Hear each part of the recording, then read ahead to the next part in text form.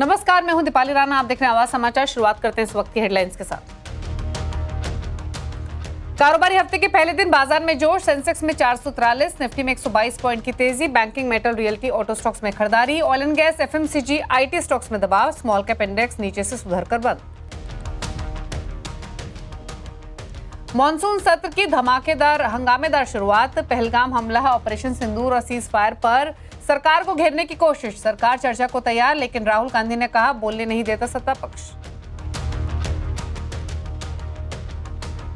संसद सत्र को पीएम मोदी ने बताया देश का विजय उत्सव। कहा ऑपरेशन सिंदूर ने 100% लक्ष्य हासिल किया। अंतर्राष्ट्रीय स्पेस स्टेशन तक भारत ने दी दस्तक।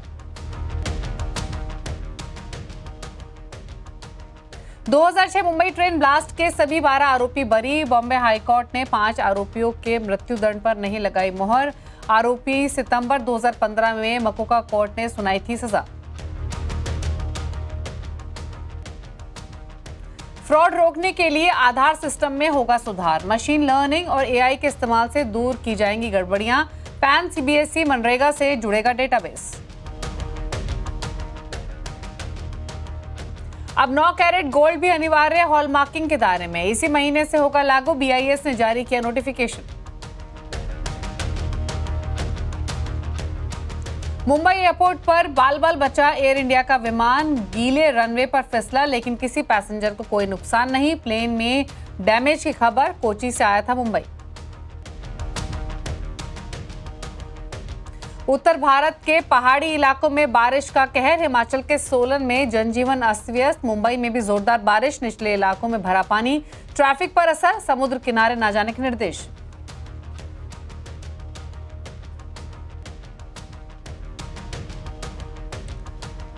आप देख रहे हैं आवाज समाचार। और मॉनसून सत्र की हंगामेदार शुरुआत हुई है। आज विपक्ष ने पहलगाम हमला, ऑपरेशन सिंदूर और सीजफायर को लेकर सरकार को घेरने की कोशिश की। इसको लेकर संसद के दोनों सदनों में हंगामा हुआ। सरकार ने ये कहा कि वो ऑपरेशन सिंदूर को लेकर चर्चा करने को तैयार हैं। इस मुद्दे पर लोकसभा में रक्षा मंत्री राजनाथ ने ये भी कहा कि सरकार सब मुद्दे पर चर्चा के लिए तैयार है, लेकिन फिर भी विपक्ष अपनी मांग पर अड़ा रहा। विपक्ष ने सदन की कार्रवाई के दौरान ही चर्चा की मांग कर दी और इससे लेकर जबरदस्त हंगामा हुआ। वहीं नेता प्रतिपक्ष राहुल गांधी ने तो आरोप लगा दिया कि सरकार चर्चा करने के लिए तैयार होने की बात कह रही है, लेकिन नेता विपक्ष को बोलने नहीं दिया जा रहा। सदन को बाधित करना उचित नहीं है। जो हाउस में डिफेंस मिनिस्टर को बोलने देते हैं, उनके लोगों को बोलने देते हैं, मगर अगर विपक्ष का कोई कुछ कहना चाहता है तो अलाउड नहीं है। मैं लीडर ऑफ अपोजिशन हूँ, मेरा हक है, तो मुझे तो कभी बोलने ही नहीं देते हैं। तो ये एक नया अप्रोच है। हाँ, सरकार चर्चा तो होगी, अगर वो अलाउ करेंगे तो होगी, मगर इशू ये है कि कन्वेंशन कहता है कि अगर सरकार के लोग कुछ बोलें तो हमें भी स्पेस मिलनी चाहिए। हम 2 शब्द कहना चाहते थे, मगर विपक्ष को ये अलाउड नहीं है। चर्चा चाहते हैं, जितनी भी बड़ी चर्चा चाहते हैं, जितने घंटे की भी चर्चा चाहते हैं, जैसा भी आपके द्वारा अथवा स्पीकर महोदय के द्वारा तय किया जाएगा, उसके तहत हम चर्चा करने के लिए पूरी तरह से तैयार हैं। And I am not able to persuade myself. और विपक्ष में तीखी नोकझोंक हुई। कांग्रेस अध्यक्ष मल्लिकार्जुन खड़गे ने प्रधानमंत्री से स्पष्टीकरण की मांग की, जिसका जवाब बीजेपी अध्यक्ष जेपी नड्डा ने दिया। उन्होंने दावा किया कि सरकार ऑपरेशन सिंदूर पर चर्चा के लिए तैयार है और इसके पहलू को देश और दुनिया के सामने रखा जाएगा।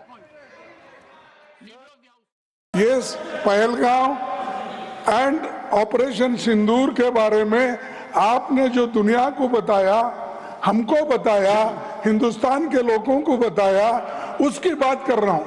हमारे को इंफॉर्मेशन तो देना चाहिए। हमारे से तो आपने मदद ली। और दूसरी चीज सर, अमेरिका के राष्ट्रपति ट्रंप 24 बार उन्होंने, बाद में सफाई, 24 बार उन्होंने कहा मेरे इंटरफियरेंस से मैं समझौता किया, तभी ये युद्ध थामा। ये युद्ध स्टॉप जो हुआ मेरे वजह से हुआ। इस हाउस को और इस हाउस के माध्यम से देश में कहीं यह संदेश नहीं जाना चाहिए कि सरकार पहलगाम और ऑपरेशन सिंदूर पर चर्चा नहीं चाहती। हम चर्चा करेंगे, हर तरीके से करेंगे, और ऑपरेशन सिंदूर के सारी पॉइंट्स को देश और दुनिया के सामने रखा जाएगा। और मैं यह भी बताना चाहता हूं कि आज दिन तक आजादी के बाद इस तरीके का ऑपरेशन नहीं हुआ जो प्रधानमंत्री मोदी जी के नेतृत्व में हुआ है। और इधर कांग्रेस सांसद प्रियंका गांधी ने भी सरकार से सवाल दाग दिया। उन्होंने कहा कि अगर सरकार चर्चा करने के लिए तैयार है तो वो नेता प्रतिपक्ष राहुल गांधी को बोलने क्यों नहीं देती है। तो करें चर्चा, बोलने दें एलओपी को, क्यों नहीं बोलने देते। अगर हर चीज़ के लिए तैयार है तो लीडर ऑफ अपोजिशन का मुंह बंद क्यों कर रहे हैं। खड़े हैं बोलने के लिए, बोलने देना चाहिए। और ज्यादा जानकारी के लिए चलते हैं लक्ष्मण रॉय के पास। लक्ष्मण जी बताइए, आज पहला दिन कैसा रहा संसद का मॉनसून सत्र? काफी हंगामेदार झलकियां, क्या डिटेल्स? देखिए, दरअसल मानसून सत्र से पहले जब प्रधानमंत्री मोदी ने मीडिया को संबोधित किया तो वहीं पे एक तरह से कहें कि मानसून सत्र का टोन सेट हो गया।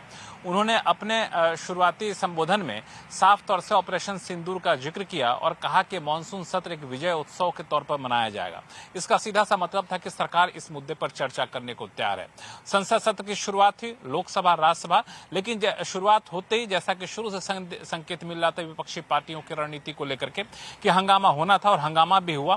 क्वेश्चन आवर के जरिए दौरान, जीरो आवर के दौरान विपक्षी पार्टियों ने जमकर हंगामा किया और हंगामा इस कदर हो गया कि सदन को संभालना मुश्किल हो गया। तो पहले सदन को 2 बजे तक ले स्थगित करना पड़ा और फिर लोकसभा को 4 बजे तक ले स्थगित करना पड़ा।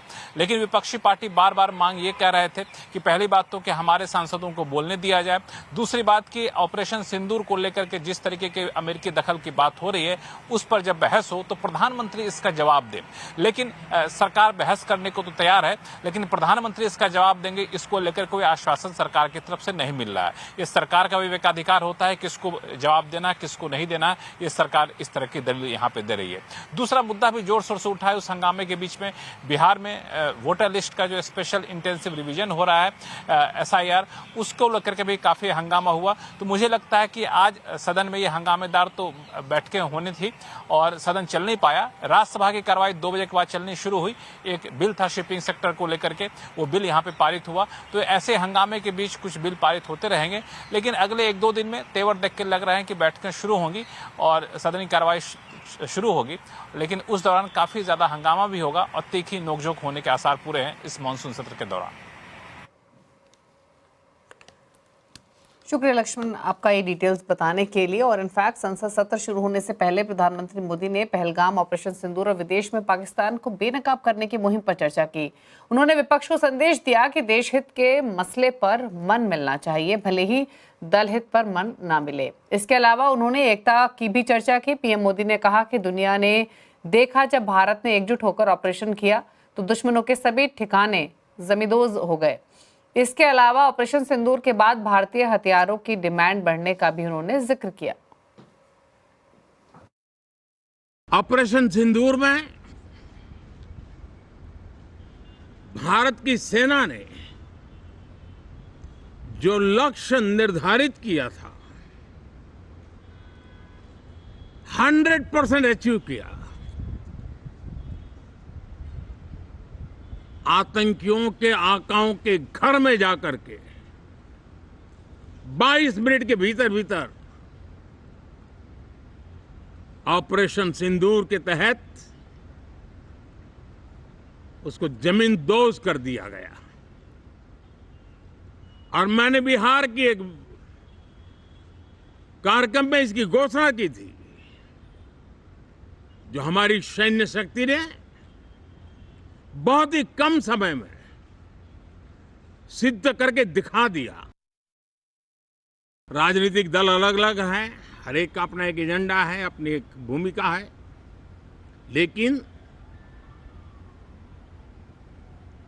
मैं इस वास्तविकता को स्वीकार करता हूं कि दल हित में मत भले न मिले, लेकिन देश हित में मन जरूर मिले। और संसद के मॉनसून सत्र की हंगामेदार शुरुआत हुई है। प्रधानमंत्री मोदी के मैसेज से दल बनाम देश हित की चर्चा शुरू हो गई है।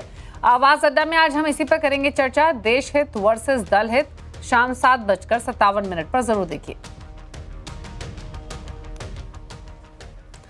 और मुंबई में 2006 के सीरियल ट्रेन ब्लास्ट मामले में हाईकोर्ट ने सोमवार को सभी 12 आरोपियों को बरी कर दिया। कोर्ट ने कहा कि प्रोसिक्यूशन यानी सरकारी वकील आरोपियों के खिलाफ केस साबित करने में नाकाम रहे। और डिटेल्स लेते विवेक गुप्ता से। विवेक, बताइए किस आधार पर आरोपियों को बरी किया गया है? दीपाली, देखिए, आपको बताना चाहेंगे कि जुलाई 2006 में जब मुंबई में सिलसिलेवार 7 बम धमाके हुए थे और ये सभी बम धमाके जो है वो मुंबई के लोकल ट्रेन में हुए थे और इस धमाकों में तकरीबन 187 लोगों की जान चली गई थी और 850 लोग गंभीर रूप से घायल हो गए थे। जिस समय शुरुआती एजेंसी एटीएस ने इस पूरे मामले में जांच शुरू की और एटीएस ने दावा किया कि इंडियन मुजाहिदीन जो आतंकी संगठन है इसमें ये लोग मौजूद हैं और इस पूरे मामले में एटीएस ने 15 लोगों को गिरफ्तार किया। उनके ऊपर मकोका के तहत और यूएपीए के तहत कई साल तक ये मामला मुंबई के लोअर कोर्ट यानी सेशन कोर्ट में चलता रहा। सेशन कोर्ट में 2015 में ये फैसला सुनाया गया कि जो 15 आरोपी एटीएस ने पकड़े उसमें से 12 आरोपी को दोषी पाया गया, जिनमें से 5 लोगों को फांसी की सजा सुनाई गई थी और 7 लोगों को उम्र कैद की सजा सुनाई गई थी। 10 साल बाद ये बॉम्बे हाई कोर्ट में ये पूरा मामला चल रहा था और नियम ये कहता है कि जब भी किसी को फांसी की सजा सुनाई जाती है तो जो हाई कोर्ट है उसे 6 महीने में ये फैसला सुनाना पड़ता है। सरकारी पक्ष ये दावा कर रहा था कि उनके पास अहम सबूत है और हाई कोर्ट भी सेशन कोर्ट की जो जजमेंट है उसको मानेगा। तो 6 महीने तक ये बॉम्बे हाई कोर्ट में पूरा मामला चला, जिरह चली सरकारी पक्ष और डिफेंस पक्ष के बीच में और 6 महीने बाद जब बॉम्बे हाई कोर्ट ने आज सुबह 9:45 बजे एक बड़ा फैसला दिया जिसमें सबको चौंका दिया। बॉम्बे हाई कोर्ट ने माना कि जो भी सरकारी पक्ष ने जो सबूत दिए हैं, जो गवाह दिए हैं वो सफिशिएंट नहीं है और सरकारी पक्ष के सबूतों में उतना दम नहीं है और ये साबित नहीं कर पा रहे हैं कि जो 12 आरोपी हैं वही दोषी हैं इस पूरे मामले में। तो बॉम्बे हाई कोर्ट ने 12 के 12 जो सेशन कोर्ट ने उन्हें दोषी पाया गया था सभी 12 आरोपियों को बाइज्जत बरी कर दिया। तो बड़ा झटका महाराष्ट्र सरकार के लिए और महाराष्ट्र जो जांच एजेंसी एटीएस के लिए उनके लिए बड़ा झटका लगा। लेकिन अब एटीएस की तरफ से एक आधिकारिक प्रेस नोट आया है, उसमें साफ तौर पर लिखा गया है कि वो बॉम्बे हाई कोर्ट के फैसले को मानते हैं और आगे लीगल एक्शन क्या होगा उसके लिए वो अपनी लीगल टीम से एडवाइस कर रहे हैं। दीपाली, शुक्रिया आपका। इनफैक्ट विवेक, बने रहिए, एक और इम्पोर्टेंट खबर है उस पर आपसे और बातचीत करनी है। इस खबर की डिटेल्स बताने के लिए थैंक यू। लेकिन पहले अपडेट देते अपने व्यूअर्स को। आज एयर इंडिया का एक विमान लैंडिंग के समय मुंबई एयरपोर्ट के रनवे पर फिसल गया। इसमें किसी यात्री को कोई नुकसान नहीं हुआ है लेकिन विमान में डैमेज की खबर है। विवेक, बताइए एग्जैक्टली क्या हुआ? जो डिटेल्स सामने आई उसके मुताबिक तो मानकर चलना चाहिए कि एक बड़ा हादसा हो सकता था जो टल गया। कैसे हुआ ये सब, क्या डिटेल्स? बिल्कुल सही दीपाली, आपने देखिए मुंबई इंटरनेशनल एयरपोर्ट पे एक बड़ा हादसा टल गया जब एयर इंडिया की फ्लाइट AI 2744 कोची से उड़ान भरकर मुंबई में लैंड हुई थी। तो मुंबई में लैंड होने के बाद ही जो विमान है वो रनवे पर फिसल गया था। आपको और अपने दर्शकों को बताना चाहेंगे कि मुंबई में देर रात से ही काफी ज्यादा तेज बारिश हो रही है जिसकी वजह से मुंबई एयरपोर्ट का जो मेन रनवे है 0927 वो पूरी तरह से भीगा हुआ था। जो ऑपरेशन से उसमें भी डिले हो रहे थे और जैसे ही 9:27 पर ये एयर इंडिया का विमान 2744 कोची से उड़ान भरकर मुंबई इंटरनेशनल एयरपोर्ट पर लैंड किया। लैंड करते ही ये जो विमान है वो फिसल गया था और फिसलने के बाद बताया जा रहा है, जो सूत्रों से जानकारी मिल रही है कि विमान है जो एक तरफ टेल डाउन हो गया था और जो उसका इंजन है वो भी रनवे से टकराया है और जो पंख है वो भी जो साइड में मडी एरिया होते हैं रनवे के पास वहां पर भी उसे टकराने के सबूत मिले हैं क्योंकि बहुत सारे जो एयर इंडिया का एयरक्राफ्ट पंख में देखा गया कि मिट्टी और घास देखी गई है। लेकिन एक बात की तारीफ करनी पड़ेगी, इतने इस सिचुएशन में भी एयर इंडिया के पायलट ने काफी सूझबूझ से और काफी ज्यादा उसमें जो एयरक्राफ्ट है उसे कंट्रोल करने में कामयाब रहा। कई लोगों की उसने जानें बचाई और जिसके बाद एयरक्राफ्ट को कंट्रोल करने के बाद जो है उसे टैक्सीवे से मेन जो साइड वे है वहां पे ले जाया गया जहां पर सभी यात्री और जो केबिन क्रू है उन्हें वहां पर सुरक्षित उतारा गया। राहत की बात यह रही कि किसी को भी चोट और कोई भी इस पूरे मामले में घायल नहीं है, लेकिन एयरक्राफ्ट को बड़ा डैमेज पहुंचा है जिस तरह से उसके इंजन में हम देख सकते हैं इंजन में बड़ा डैमेज है, विंग्स में बड़ा डैमेज है। अब एयर इंडिया का साफ तौर पर कहना है कि एयरक्राफ्ट को ग्राउंडेड कर दिया गया है, उसकी पूरी तरह से छानबीन होगी और जो इंजीनियरिंग टीम उसकी जांच कर रही है। इन पूरे मामले में जिस तरह से ये घटना घटी है एक बड़ा हादसा टल गया है और पायलट की सूझबूझ से और पायलट की जो जिस तरह से उसने पूरे एयरक्राफ्ट को हैंडल किया उस समय वो काफ़ी ज़्यादा अच्छा रहा और इतना बड़ा हादसा मुंबई इंटरनेशनल एयरपोर्ट पर टला। दीपाली, शुक्रिया आपका विवेक, ये डिटेल्स बताने के लिए। तो एक बड़ा हादसा हो सकता था जो टल गया, और इनफैक्ट सदन में आज अहमदाबाद विमान हादसे का मुद्दा भी गरमाया। केंद्रीय विमानन मंत्री राम मोहन नायडू ने मीडिया पर कहानी गढ़ने का आरोप लगाया है। उन्होंने मीडिया से जल्दबाजी में निष्कर्ष पर पहुंचने से बचने की अपील की और कहा कि AIB की फाइनल रिपोर्ट में इस हादसे की स्पष्ट तस्वीर लोगों के सामने रखी जाएगी। उन्होंने ये भी कहा कि जांच पूरी तरह पारदर्शी और निष्पक्ष है और सरकार सच के साथ खड़ी है। AIB has a very definitive, thorough, rule-based process. They are very transparently looking into the process right now, and they are totally unbiased. This also I can say that the AIB is totally unbiased and looking into the facts. Now there can be many questions also. I have seen multiple articles myself. I have seen multiple articles not only by the Indian media but also the Western media trying to promote their own narrative, their own viewpoint, their own kind of consideration. But I have to tell you that the way we are seeing the investigation is through the facts. और कारोबारी हफ्ते के पहले दिन बाजार का जोश high रहा। सेंसेक्स 443 पॉइंट चढ़ा तो निफ्टी में 122 पॉइंट की बढ़त हासिल की। आज के कारोबार में सबसे ज्यादा तेजी बैंकिंग स्टॉक्स में रही।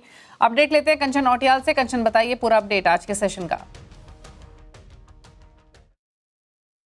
तो हफ्ते का पहला कारोबारी दिन और बाजार का जो जोश है वो काफी ज्यादा हायर साइड में हमें जाता हुआ दिखाई दिया है। सेक्टर स्पेसिफिक अप्रोच देखी जाए तो बैंकिंग और फाइनेंशियल में अच्छी खासी तेजी देखने को मिली है, but at the same time IT में थोड़ा प्रेशर जो है वो बाउंड अप होता हुआ नजर आया। स्टॉक स्पेसिफिक एक्शन की बात करते हैं, इंटरनल नंबर्स आए हैं, नंबर्स पॉजिटिव रहे जिसके बाद ही रिएक्शन देखने को मिला। इनफैक्ट आईसीसी बैंक और HDFC बैंक के भी वीकेंड में नंबर आए थे और नंबर के बाद अच्छी खासी तेजी यहाँ पे देखने को मिली है। फाइनेंशियल सर्विसेज का भी जो मोमेंटम है आज वो काफी ज्यादा हायर साइड में देखने को मिला है। लूजिंग स्ट्रीक की बात करते हैं, रिलेटिवली जो आईटी पैक है वहां पे जो कमजोरी का सत्र है हमें देखने को मिला है। रिलायंस इंडस्ट्री, इसके नंबर्स आए थे, नंबर्स के बाद यहाँ पे हमें एक प्रॉफिट बुकिंग देखने को मिली है।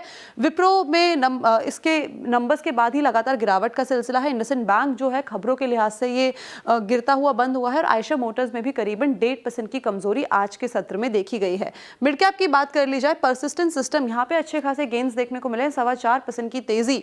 यूपीएल की भी यहाँ पे अच्छे खासे नंबर्स जो हैं वो हमें देखने को मिले हैं। L&T फाइनेंस नंबर आए, नंबर के बाद करीबन 4% का इजाफा यहाँ पे देखने को मिला है। और बाकी के जो कैपिटल मार्केट के स्टॉक्स हैं, एंजल वन, BSE, CDSL, ये सारे ही आज काफ़ी ज़्यादा बज़ में थे जिसके चलते BSE अच्छी खासी बढ़त के साथ बंद हुआ है। लूजिंग स्ट्रीक में MRPL यहाँ पे एक भारी गिरावट देखने को मिली है, करीबन 7% की।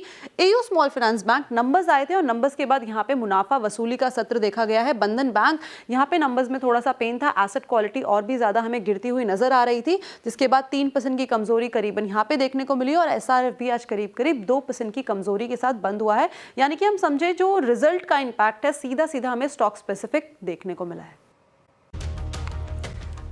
आप देख रहे हैं आवाज समाचार। रुक करते हैं कुछ और खबरों की तरफ। सोना महंगा होने के बाद अब लोग कम कैरेट वाले सोने को खरीदना पसंद कर रहे हैं, इसीलिए सरकार ने अब 9 कैरेट गोल्ड को भी हॉलमार्किंग के दायरे में लाने की शुरुआत की है।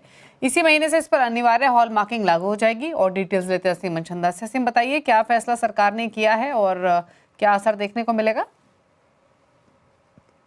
सरकार ने साल 2021 में अनिवार्य हॉलमार्किंग की शुरुआत की थी और लगातार इसका दायरा बढ़ा रही है। अब अनिवार्य हॉलमार्किंग 361 जिलों के अंदर पहुंच गई है, लेकिन इस बीच सोना भी काफी महंगा हो गया है। सोना 10 ग्राम अब तक 1 लाख रुपए के पार पहुंच गया है, तो ऐसे में लोग कम कैरेट वाला गोल्ड खरीदना ही प्रेफर कर रहे हैं। तो BIS ने इसको देखते हुए 9 कैरेट को भी अनिवार्य हॉलमार्किंग के दायरे में लाने का फैसला किया। इसका नोटिफिकेशन ऑलरेडी जारी कर दिया गया है और जुलाई महीने के अंदर ही इसको लागू करने का फैसला किया गया है। जितनी ज्वेलर्स एसोसिएशन है उन्होंने भी अपने जितने भी ज्वेलर्स हैं, मेंबर्स हैं, उनको इसकी जानकारी देने की शुरुआत कर दी है और कहा है कि आप अनिवार्य हॉलमार्किंग 9 कैरेट गोल्ड की भी जरूर कराइए। तो अगली बार जब आप गोल्ड खरीदने जाएं और आप 9 कैरेट का गोल्ड खरीदें तो उसके अंदर भी आप अनिवार्य हॉलमार्किंग की मांग जरूर कीजिए।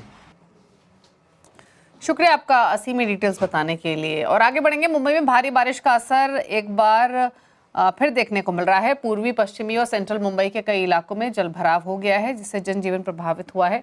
अंधेरी सबवे में पानी भर जाने के कारण उसे बंद कर दिया गया है और गाड़ियों की आवाजाही रोक दी गई है। ट्रैफिक भी बुरी तरह प्रभावित हुआ है। प्रशासन ने लोगों से अपील की है कि वे अनावश्यक यात्रा से बचें और समुद्र किनारे ना जाएं। साथ ही सभी से सुरक्षित स्थानों पर रहने की सलाह भी दी गई है। और देश में भारी बारिश का दौर जारी है। उत्तरी भारत के कई राज्यों में भारी मानसूनी बारिश से हालात बिगड़ गए हैं। हिमाचल प्रदेश के सिरमौर जिले में नेशनल हाईवे 707 पर भूस्खलन के कारण सैकड़ों गांवों का संपर्क टूट गया है।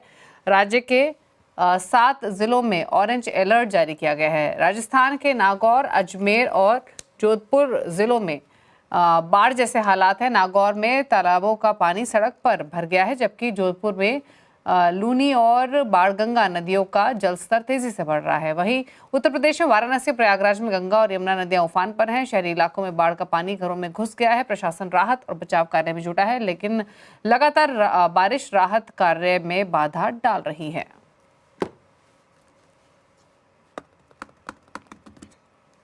और इसी के साथ शो में तो इतना ही। ब्रेक के उस पार भी खबरें जारी हैं। नमस्कार।